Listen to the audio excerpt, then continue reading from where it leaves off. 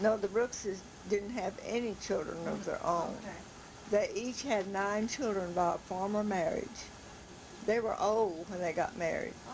And then they adopted my mother out of orphan's home for somebody to, like, feed the hog, milk the cows, and she was adopted just to wait on them. Oh. And they were good to her. They were real good to Mama and sent her to school. And Hmm. of course, she was determined to marry my dad, which was wrong. And that's when she went wrong. And he would get her pregnant, and every time when she got pregnant, then he'd leave her. And she'd have to go to Grandpa and Grandma Brooks till she had the baby. That's the reason Clifton was named Clifton Brooks Oh, okay, Lewis, after those. after Grandpa Brooks, Yeah. Clifton Brooks Lewis. And Henry was named Henry Rigsby Okay. because Mama's parents was Rigsby, James Levin Rigsby and Catherine Elizabeth I Rigsby. like Catherine Elizabeth. That's pretty. That was my, I'd like to have a granddaughter named Catherine Elizabeth. Wouldn't that be pretty? yeah, I have a granddaughter named Catherine.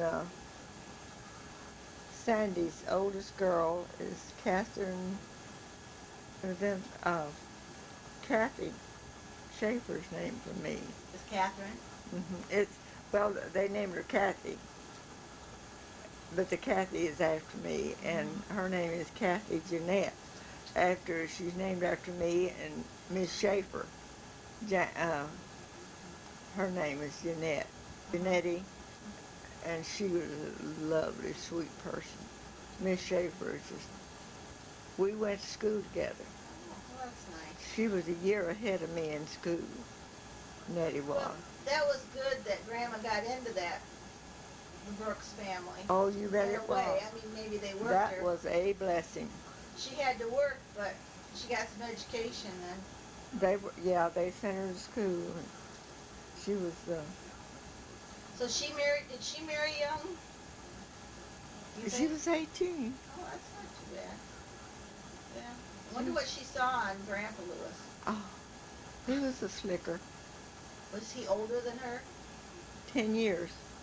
He was 10 years older than Mama. He was born in 1872. Mama was born in 1882. He was 10 years older than Mama. Too much. Too much. Absolutely. And besides, he was a habitual drunkard and a professional liar. In order to get away from my daddy, because he was drinking and he'd come home and he was threatening to kill us kids. Oh. And he had a white suit, butcher suit, and that's what he'd come home and told her. And she hid us kids to keep him from finding us. But So it's gruesome. she left all that to come to Texas for protection for you kids. Mm-hmm. And Uncle Ev and Aunt Catherine lived here she lived at Vance. They lived at Vance, or Hackberry rather. And that's where she went. Uncle Ev sent her the money to come on. She didn't have the money. Probably not. Uncle Ev sent her the money to come to Texas on. And that's Jack Haynes's grandfather. Uncle Ev was Jack Haynes's grandfather. That's how I'm connected with Jack the Hayneses.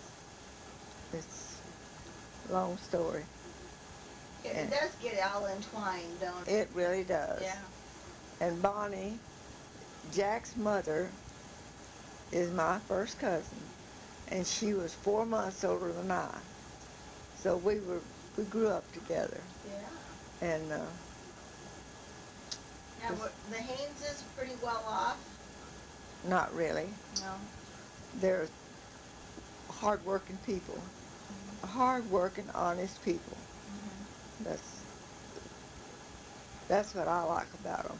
And then when you guys moved here in Texas, you started in with the turkeys and Well, or was there? we went to Vance, and oh, time went on, and Mama met Uncle Lev's half brother, and it took about, I know John and Mama got married. I was not quite 6 years old. Oh, so you guys were all pretty young when you came to Texas Oh then. yeah, I was a baby, Yeah. and I was, I think, I think I wasn't quite 2 years old when we come to Texas, Wow. and So she was pretty. I mean, yeah, she was stern and strict and mean, but she was a gutsy lady, wasn't she? oh, there wasn't a lazy bone in her body. She could, You know, to take off with you kids and. she'd make, she could make do with anything.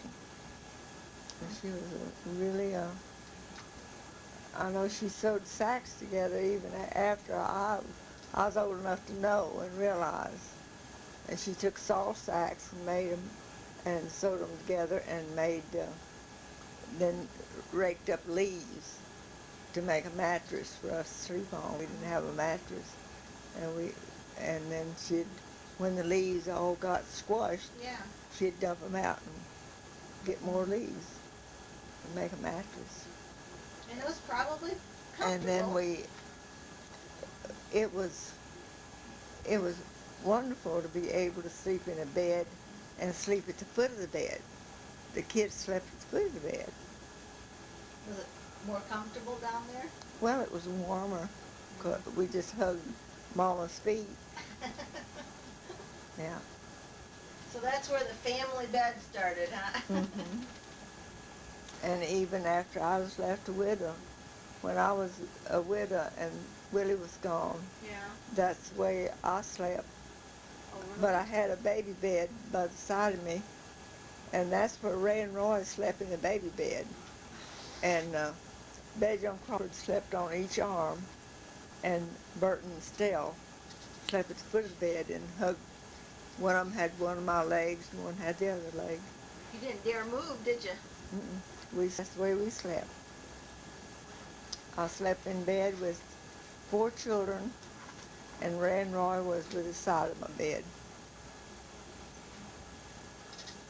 Long time. And that's what you say, you know, when I say, well, there's not much room down at the house. Well, you make do, don't you? You make do. Yeah. You make do. It was a hard life. It was. But what else did you know to do? I mean, Didn't know. You. But Mama was a hard worker, and she was a good manager.